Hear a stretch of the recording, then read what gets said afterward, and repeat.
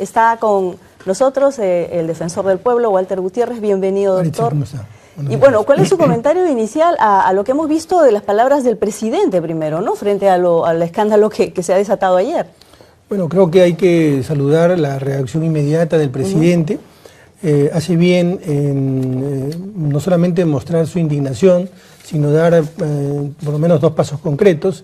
El primero, pedir que el Congreso aplique el artículo 157 de la Constitución, aunque en este punto hay que decir que tal vez haya que darle el espacio suficiente, que no debe ser mucho, al Ministerio Público, que ha señalado que va a hacer investigaciones preliminares con el propósito de determinar la efectiva comisión de delitos y sobre bases objetivas puedan eventualmente levantarse el privilegio del antejuicio que tienen tanto los miembros del Consejo Nacional de la Magistratura como este vocal que pareciera que está implicado en la comisión de serios delitos. Claro, es un derecho parecido al que tienen los parlamentarios. El mismo. Ajá, el mismo derecho, claro. Sí. Entonces tiene que haber un proceso para que se le levante ese fuero. Claro, todos los funcionarios que establece la Constitución tienen el privilegio del antejuicio para que la justicia común pueda procesarlos, investigarlos, juzgarlos. Lo que ha anunciado el fiscal, muy oportunamente, es que va a hacer una investigación preliminar para determinar que efectivamente se han cometido, se podrían haber cometido estos delitos. Y cuando el fiscal advierta que esto implica a funcionarios de alto nivel, seguramente el paso siguiente va a ser el pedido de levantamiento de este privilegio. Un poco. Ahora, permítame, y también me parece positivo que el presidente no haya esperado a mañana o a pasado y haya dicho que el día de hoy está convocando al Consejo de Estado, porque como usted ha señalado al inicio del programa, esto ataca el corazón del sistema. Exacto. Porque nada, mire, Maritza, nada va a funcionar si el sistema de justicia no funciona. No estamos hablando solo de las inversiones, estamos hablando de los contratos, estamos hablando del derecho a la integridad, a la vida de las niñas, de las mujeres. Mire esta escalada de violencia que hay. Nada de eso va a funcionar. Entonces lo que a mí me preocupa, y aquí hablo ya a título de la Defensoría del Pueblo, es que a una mirada machista instalada en la sociedad y en algunos jueces, un grupo de jueces importantes que han instalado una suerte de indubio pro-agresor, le sumamos corrupción, entonces ya no hay nada que nos salve. No hay en quién confiar. Por eso es que es sumamente importante que el presidente haya convocado rápidamente a este espacio denominado, digo espacio porque literalmente no está en la norma, pero ya se ha hecho varias veces en el Perú, este espacio denominado Consejo de Estado, donde las principales autoridades van a tomar seguramente decisiones y medidas muy concretas ante esta grave situación. Ahora, en parte del comentario que usted me hace y de lo que dice el presidente, me gustaría que se hiciera una puntualización.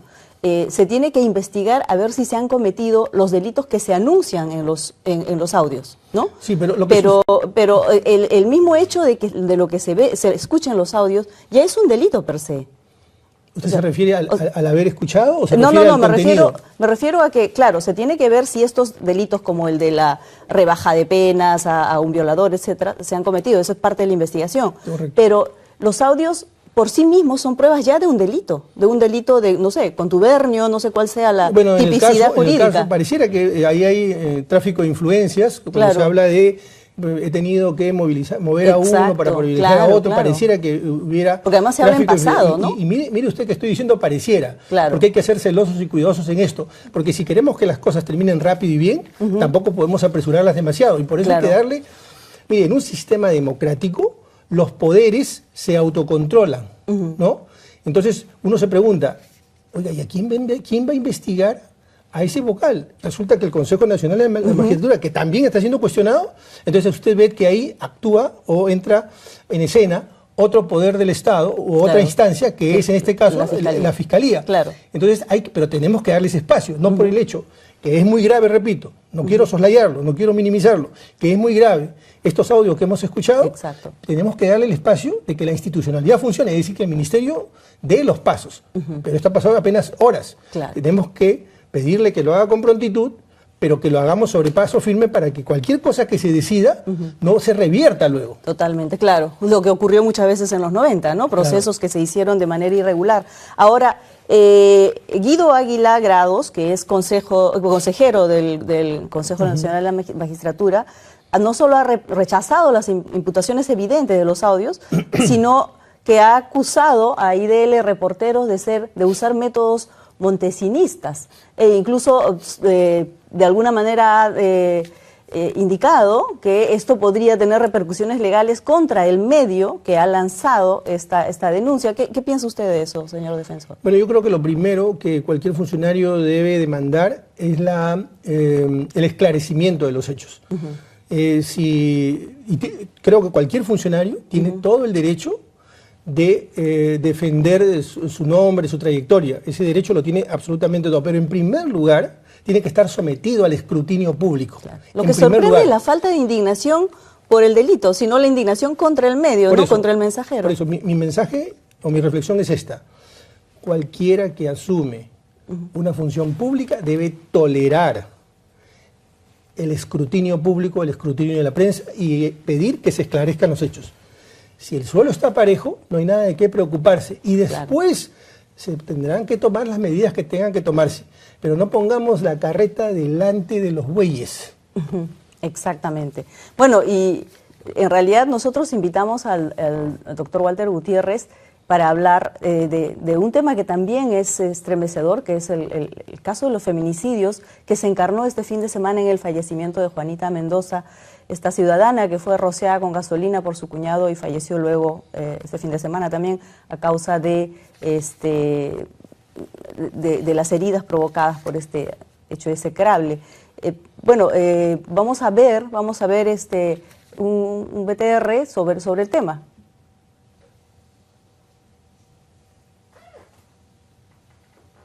Este es el momento, sí, este es el momento en que llegan los restos de Juanita Mendoza a Cajamarca. Bueno, este caso se suma al de A.B. Agreda, que también en su momento causó muchísima indignación.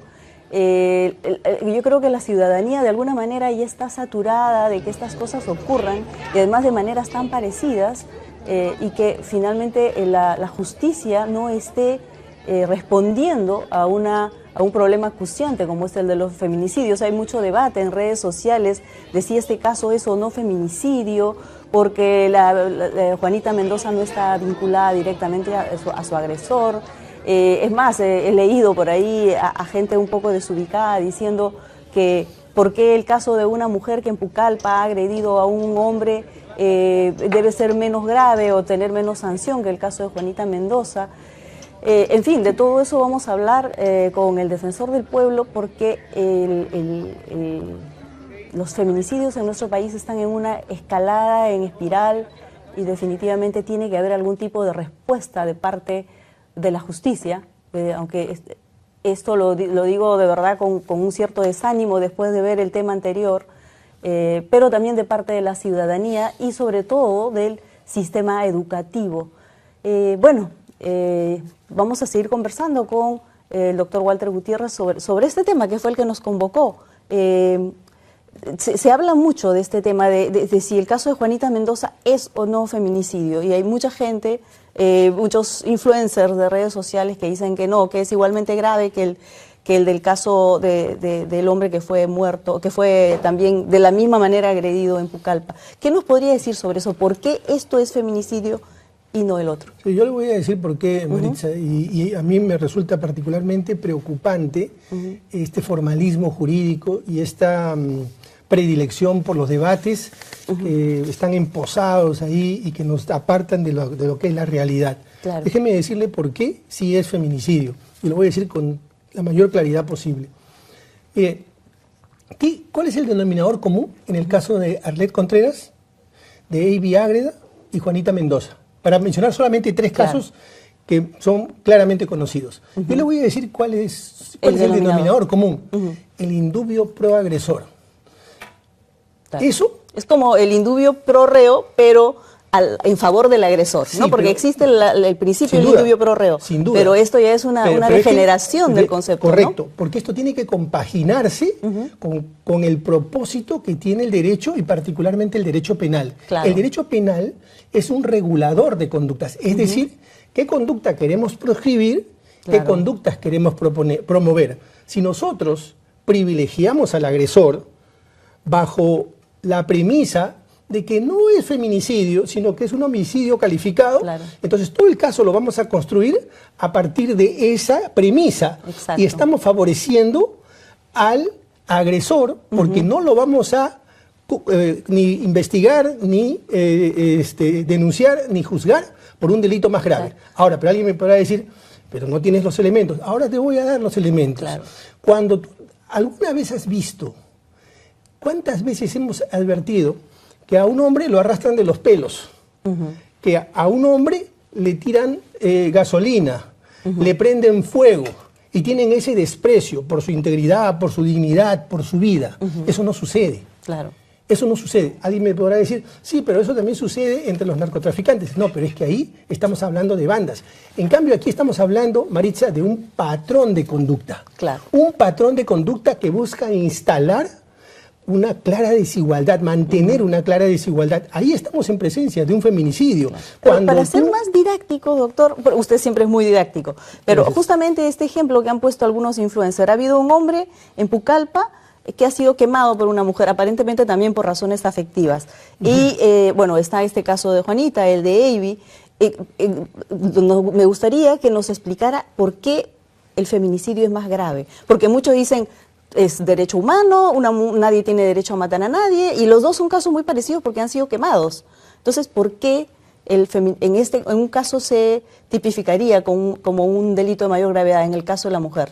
En el caso en el que matan a este hombre, estamos hablando de un caso que no responde a un patrón, que es un hecho insular, es un hecho aislado. Excepcional. Y además esa mujer no lo mata por su condición de hombre, sino por la situación o la relación que ha tenido con él. Claro. En el caso de las mujeres, por eso que le hablaba de varios casos, y le puedo multiplicar más los casos, no solamente es un mismo patrón de conducta, de desprecio, de violencia, de agresión, sino que además se quiere instalar ese patrón porque el hombre, ese machista, no ve igual a la mujer.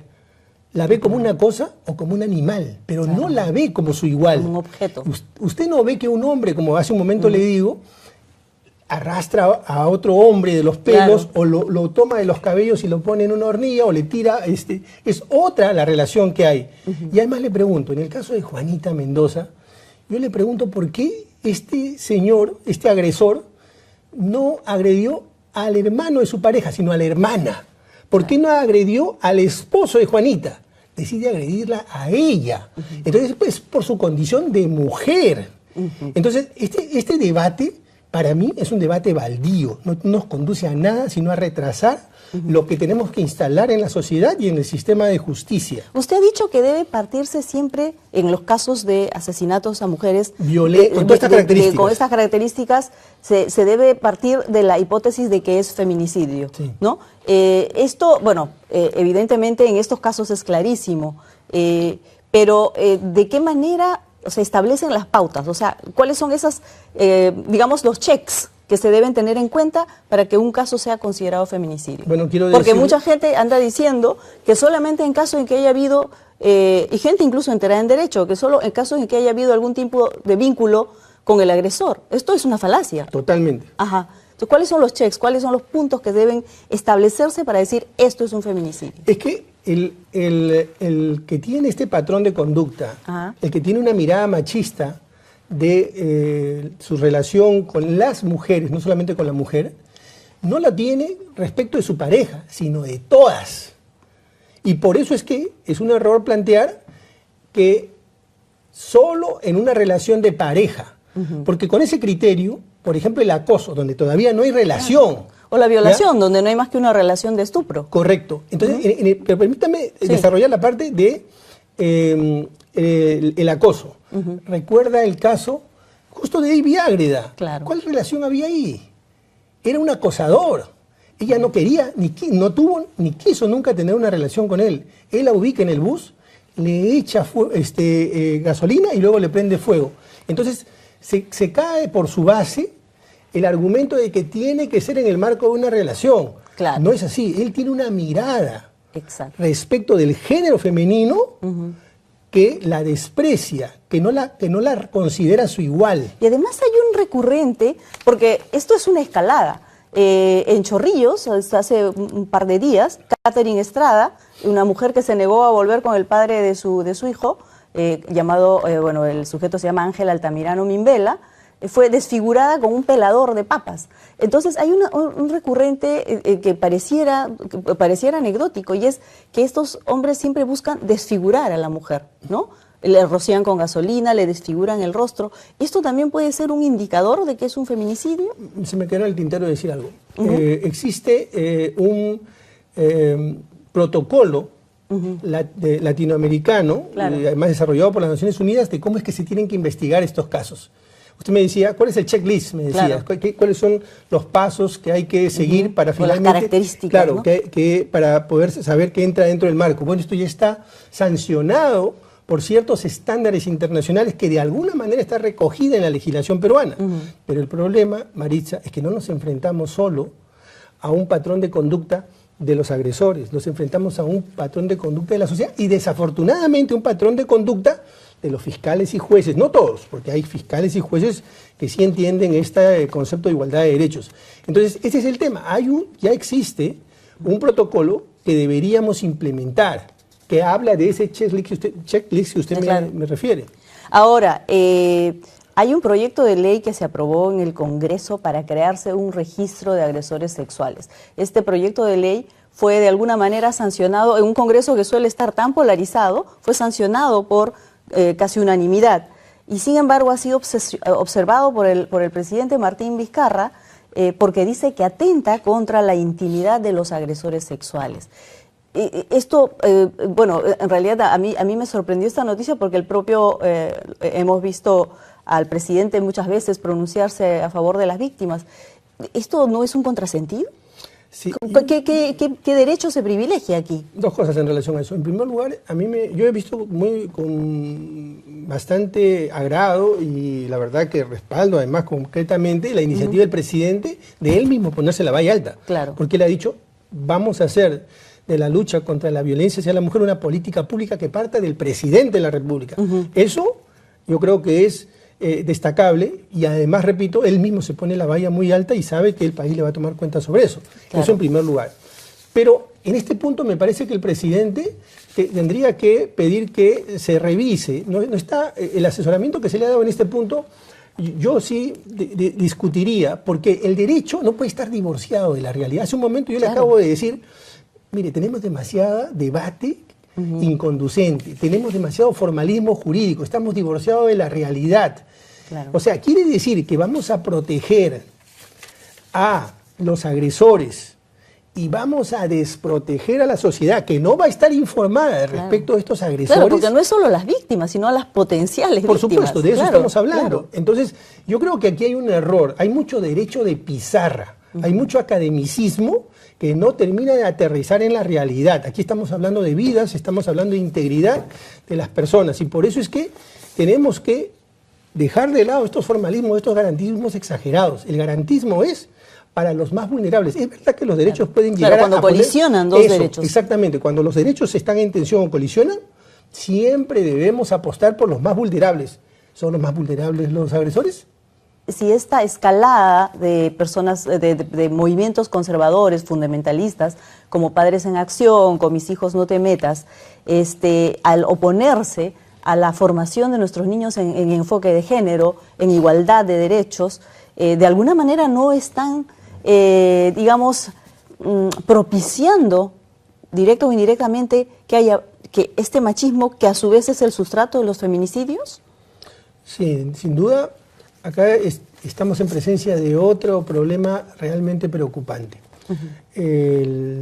La batalla, como dije hace un momento, la lucha por la violencia hacia la mujer, se gana o se pierde en las aulas escolares, en los espacios universitarios, porque allí está el futuro de las conductas que vamos a ver en la sociedad.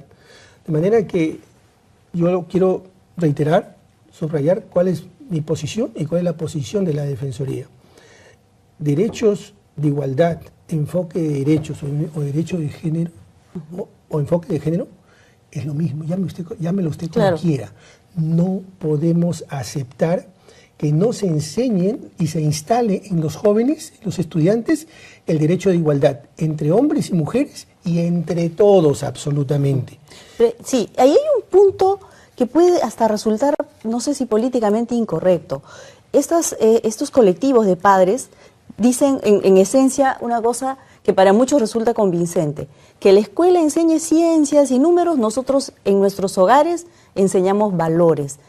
¿Esto es tan así? O sea, ¿los niños son una propiedad a la que solo los padres pueden enseñar valores? Teniendo en cuenta además que es en los hogares donde a menudo se forman las grandes disfunciones que propician estos hechos lamentables, ¿no? No, qué duda cabe que el espacio familiar es un espacio que demanda o impone obligaciones a los padres de promover, inocular estos valores, sin duda. Y además tienen el derecho de participar en la educación de sus hijos. Pero la escuela es un espacio donde también se tienen que promover los valores que queremos que existan en la sociedad. Entonces nadie puede decir, mire, nosotros en esta casa o en esta familia tenemos ciertos valores que colisionan con los valores de la sociedad, así que los voy a promover. No, señor, porque usted no es dueño de sus hijos. Exacto. Son ciudadanos, los futuros ciudadanos. Son ciudadanos, son personas. Y evidentemente usted va a promover los valores y derechos que compaginan con los valores y derechos de la sociedad. Exactamente. Ahora, y acá hay un punto además, el tema del uso de la palabra enfoque de género en los textos escolares está a instancias en este momento del Poder Judicial, porque estos colectivos han, digamos, impugnado esto, lo han llevado al Poder Judicial y no se puede educar en muchos de estos valores porque el Poder Judicial tiene que pronunciarse. ¿Es el Poder Judicial una instancia para determinar contenidos educativos? Bueno, sí, en cierto modo, ¿no? Al final del día, el Poder Judicial va a resolver temas que tienen que ver con los valores más importantes, como la vida, por ejemplo. Si usted le reconoce que el Poder Judicial resuelve temas vinculados con la libertad, resuelve temas vinculados con la integridad, con la vida, entonces no puede dejar de reconocer que este espacio también lo va a tener que, para bien o para mal, resolver el Poder Judicial. Sin embargo, aquí viene la preocupación. Hace un momento yo decía, si el sistema de justicia no funciona, todo está perdido. Por eso es tan importante el sistema de justicia. Por eso no podemos no podemos admitir que el sistema de justicia sea cooptado por actores que tienen una mirada machista, una mirada conservadora y peor todavía, una conducta corrupta. Claro. Ahora, bueno, usted a lo largo de nuestra conversación ha estado hablando de algunas de las acciones que puede tomarse desde la Defensoría para, bueno, no solo luchar contra este sustrato de machismo dentro de la sociedad, sino contra los hechos de feminicidio en sí. ¿Qué tanto se ha avanzado desde la Defensoría en eso? ¿Qué acciones puntuales se han tomado durante el tiempo que usted está a cargo de? Bueno, para empezar, nosotros hemos impulsado, hemos puesto como un tema central de la Defensoría todo el combate contra la violencia hacia la mujer. Esto es un tema de primera importancia para la Defensoría en esta gestión y ahí están los hechos. En segundo lugar, la Defensoría ha puesto en evidencia muchas situaciones. Le voy a mencionar algo. Mire, en los centros de emergencia mujer van camino a cumplir 20 años. ¿Y sabe cuánto cuesta anualmente los centros? Son 300. Cuestan los centros de emergencia mujer 120 millones. Si hablamos en cifras constantes, esto querría decir que en 10 años hemos gastado 1.200 millones. Y si lo multiplicamos por los 19 años, pasamos los 2.000 millones si hablamos más o menos de una cifra constante. Claro. ¿Qué ha cambiado? El Ministerio de la Mujer tiene más de 20 años. Es de 1996. Claro. Su presupuesto el año 2015 eran 350 millones más o menos. Hoy son 450 y tantos millones, más de 30% más. ¿Qué ¿Qué ha cambiado? No estoy haciendo imputación a esta gestión necesariamente, me estoy refiriendo a estos 20 años. Entonces, ¿qué nos hace suponer? Que haciendo lo mismo, porque estamos viendo cómo escalan los indicadores, si haciendo lo mismo van a cambiar las cosas. Entonces, bueno, estas son las cosas, permítame redondear esta idea, estas son las cosas que la Defensoría con toda claridad está señalando. No obstante, quiero aprovechar su espacio para decir lo siguiente, no obstante que a la Defensoría el año pasado en la ley de presupuesto se le asignó 6 millones para hacer todas estas supervisiones a las comisarías, a los centros de emergencia mujer. ¿Sabes cuánto le han dado a la Defensoría de esos 6 millones para hacer la función de supervisión? 0. 0. Sin embargo, nosotros seguimos haciendo nuestro trabajo. Claro. Es como si usted dijera, mire, vamos a combatir la corrupción y no le da un sol a la Contraloría General de la República. A la Contraloría le han dado más de 200 millones para combatir toda la corrupción vinculada a la reconstrucción con cambio y sin corrupción. Eso está muy bien. ¿Cuánto le da usted al supervisor de los derechos humanos, que es la Defensoría del Pueblo? 0. Entonces, de eso estamos hablando. No me estoy... A ver, me quejo, pero con todo y con eso seguimos haciendo nuestra labor, porque le estoy diciendo lo que estamos haciendo. Entonces, nosotros creemos que tenemos que empezar a cambiar las cosas. Usted me preguntaba, bueno, ¿qué hacemos entonces, defensor? Mire, el presidente de la República ha creado esta comisión especial. No desaprovechemos la oportunidad. Ahí están todos. Está el presidente del Poder Judicial, el fiscal de la Nación, están todas las autoridades, el ministro de Justicia, el propio presidente del Consejo de Ministros. Aprovechemos esa oportunidad para hacer 3 cosas concretas. Primero, tomar el examen a todas las instituciones porque las políticas públicas son fallidas, porque son fallidas. Es un diagnóstico. Rápido. ¿Qué es lo que está pasando? ¿Qué es lo que no estamos haciendo? Yo le puedo decir ahora mismo, si hay tiempo, algunas cosas que no están funcionando, que ya las he dicho en ese espacio. Y segundo, ya sabemos qué es lo que no está funcionando una vez que hagamos el diagnóstico. Y ahora, ¿por qué es que no están funcionando? ¿Y qué es lo que puede empezar a funcionar ya? Claro.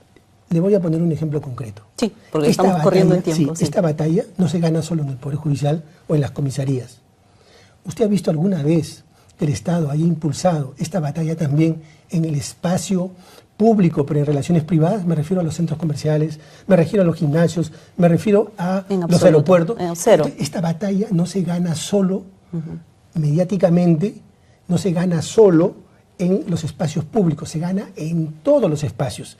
Y el Estado puede ser un activador, un disparador de estas políticas, en las universidades, en los colegios. No se está haciendo, Maritza. Exactamente. No se está haciendo. La Defensoría hace, con lo poco que tiene, hace todo lo que puede, pero no alcanza. No alcanza. Bien, muchas gracias, señor defensor.